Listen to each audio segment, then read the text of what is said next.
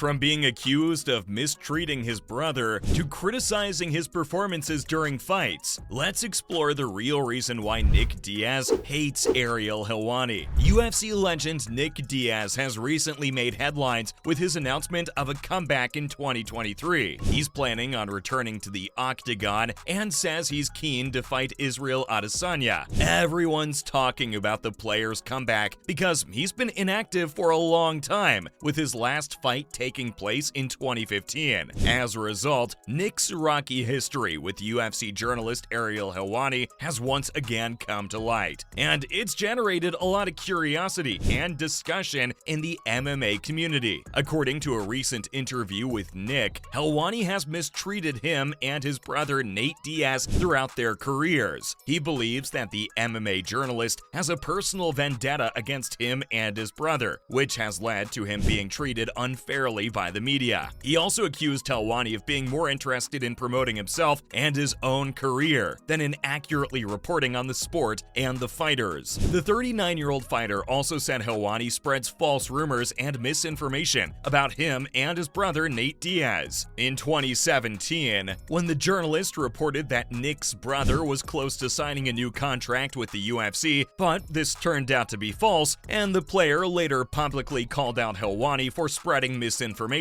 This isn't the only time the UFC journalist was accused of wrongful reporting. Helwani once reported on Diaz's absence at a press conference before his scheduled fight with Georges St-Pierre, which may have contributed to him being pulled from the fight. In 2013, the UFC player was scheduled to fight Georges St-Pierre at UFC 158. However, Diaz missed a mandatory pre-fight press conference. Ariel Helwani reported on the situation. Nick was subsequently pulled from the fight, and his absence at the press conference was referenced as the reason for his removal. Nick has claimed that he was not properly informed of the press conference, and that the UFC did not provide him with proper notice. He also implied that Helwani's reporting on the situation was unfair and contributed to his removal, but the journalist has defended his reporting, saying that he was simply reporting the facts, and that Nick's responsible for his own actions. He also pointed out that other fighters on the card were able to attend the press conference without issue, and that his absence was a breach of his contractual obligations. Talk about fuel to the fire, right? The incident was an instant setback for Diaz, who had been preparing for a high-profile fight against one of the sport's biggest stars. It also added to his growing animosity towards Helwani and the media in general. Diaz has suggested that the incident was indicative of a larger pattern of mistreatment and disrespect towards him and his brother Nate, both by the UFC and the media. Nick has never been one to shy away from controversy or confrontation, and his history with the media is no exception. During an interview in 2019, he was asked if he could fight any MMA journalist, who would it be? And without hesitation, he named Ariel Helwani as his pick.